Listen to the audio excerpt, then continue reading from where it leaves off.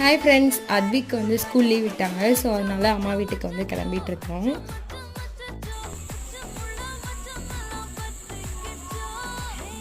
One வீக்காக வந்து நாத்தனார் பொண்ணும் பையனும் வீட்டில் தான் இருந்தாங்க. அவங்களே கொண்டு போய் அவங்க வீட்டில் விட்டுட்டு அதுக்கப்புறம் தான் வந்து நாங்கள் ஊருக்கு கிளம்பியிருந்தோம்.